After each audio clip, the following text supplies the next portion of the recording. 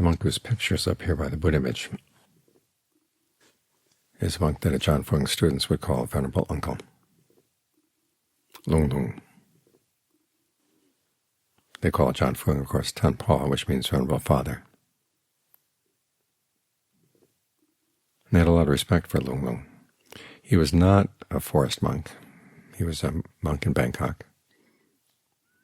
As a novice, he had met Ajahn Ling, and he liked the forest tradition a lot. And when he had free time, especially when he was a younger monk, he would go around and visit the forest Ajahns. But he said he had a debt of gratitude to his preceptor, who was the Supreme Patriarch in Bangkok at Wamakut. And when the Supreme Patriarch died, Lung Lung decided to stay on at the monastery and look after it, as a way of showing his gratitude to his preceptor. He was also the monk who arranged for Ajahn Fuang to come and teach there. That's how I got to know him. And he wasn't like your typical Bangkok monk. There's a phrase that comes to mind when I think about him. It's a Zen phrase, the true man of no rank. He was true in that he was a very straightforward sort of person. If he would make up his mind to do something, he would do it.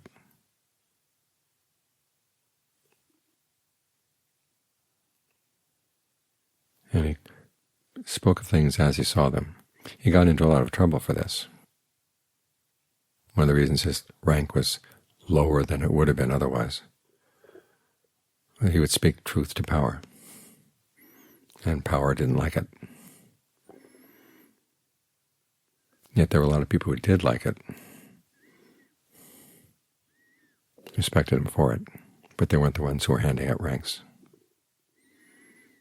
I think he picked up his habit from his parents.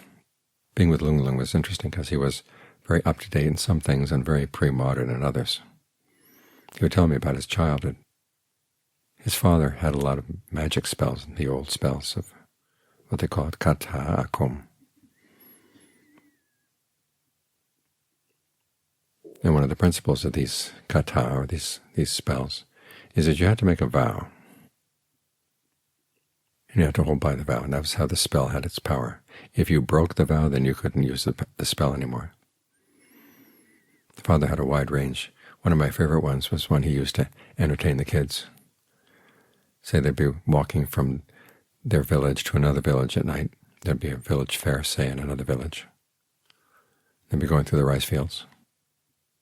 And to give the kids something to do, the father would take the pakama, which is this sash, basically, that farmers wear. He would take it and he'd tie it up in a knot, blow on it, and it would turn into a rabbit. And the kids would chase the rabbit, and as soon as they caught it, it would turn back into cloth again. After Lung Lung ordained, and his father was getting old, he began to realize there was nobody to carry on his father's spells tradition. So he went and asked his father if he could study them. The father had taught one spell to the entire family. They had a hemophiliac gene, and so they needed a spell to stop blood. And so he taught them one. If you had a cut, you just put your finger on the cut,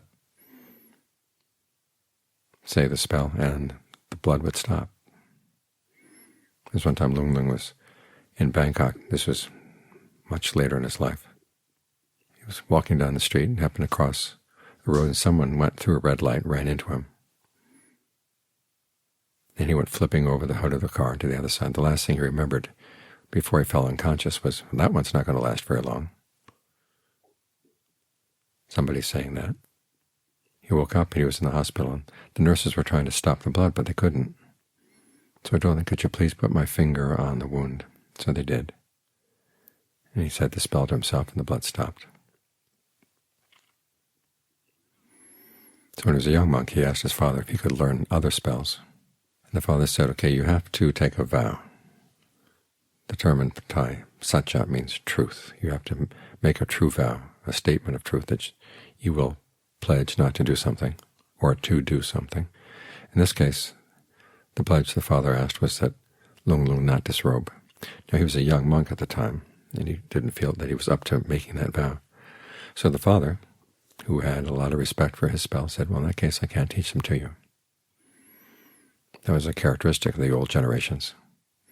They really respected the knowledge passed down to them, and they had a very strong sense of truth as the power from which your power as a person came, your goodness as a person came. So even though Lung Lung couldn't take that vow, he was very truthful in how he saw things and how he spoke of things.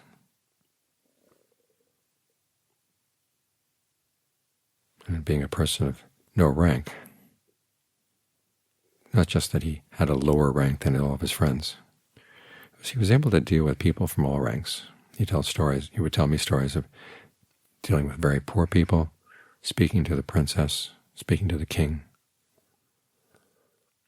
He was very direct with everybody. He knew the proper forms, especially for people in higher positions. But he was also very direct and very truthful. And so even though he didn't get much of a rank in terms of the ecclesiastical ranks, still he won the respect of a lot of people. Toward the end of his life, he was in a position to become abbot there at the monastery, and a monk from another monastery decided no, that Lung Lung was not an appropriate candidate because he was too plain-spoken. So that other monk made himself acting abbot. He came to the funeral, and he was taken aback by how many people came. People from all walks of life had heard that Lung Lung had passed away. This was going to be his cremation. And the monastery was just overflowing with people. So there are people who respect truth speakers, even though they may not be in a position of power. And it's good to think about this tradition. We may not believe in the old spells, but the value of being truthful, of seeing something that should or shouldn't be done, and making a vow that if it shouldn't be done, you're not going to do it. If it should be done, you will, regardless of whether it's easy or difficult, regardless of whether you like doing it or not.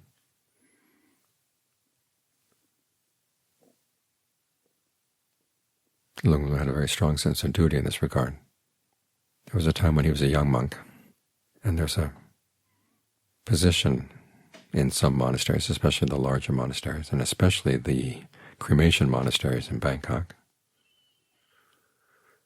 where there's one monk in charge of determining who goes to what invitational meals, who goes to what requests to chant.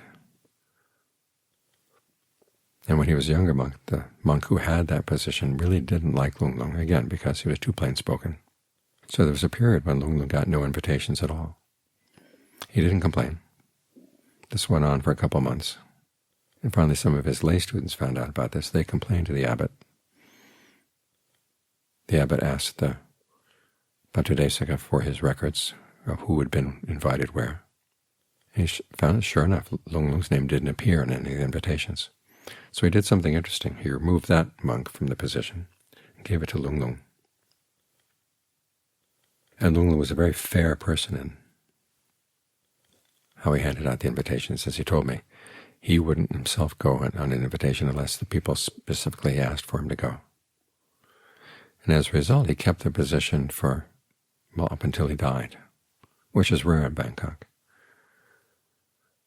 Because usually the monks who have that position tend to invite themselves to a lot of places, and then members of the monastery decide, okay, well, this person has amassed enough wealth from his position, let's give it the opportunity to somebody else. But in Lung Lung's case, that wasn't the case at all. He was very fair. As for the monk who had abused the position later on in life, as he was approaching death, he got very sick.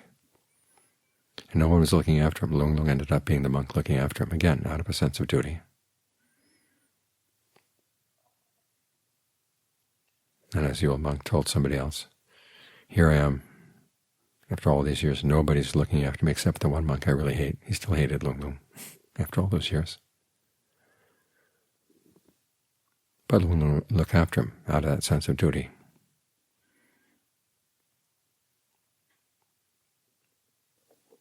And that's something that's disappearing a lot in our society, people who act on a sense of duty. We see so many people around us doing what they can just to further what they see as their own advantage. And those who will do something simply because it ought to be done, it really should be done, are rare. So Lun Lun was becoming a rare person in his lifetime. It's even rarer now. But it's something we can all choose to do.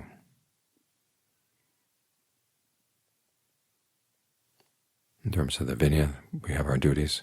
In terms of our practice, in terms of the Four Noble Truths, we have our duties.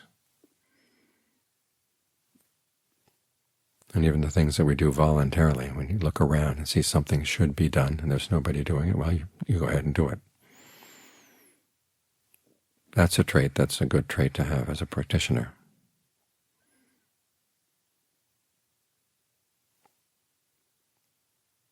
Because your ability to look after your duties outside tends to translate inside. After all, craving should be abandoned. It's not an easy thing to abandon.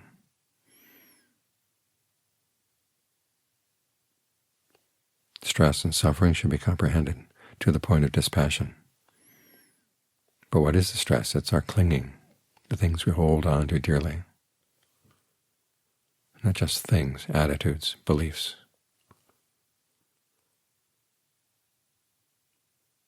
And we have to look at them and investigate them, to the point that we can let them go. And if you have a strong sense of duty, it's a lot easier to do this. So we look at the example of people from the past, and we regret that some of their virtues are getting less and less common around us. But that should stir us up to have a sense that we can keep those virtues ourselves.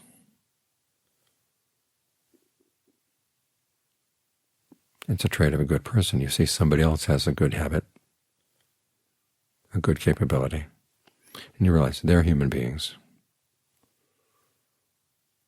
They can do this. I'm a human being. Why can't I?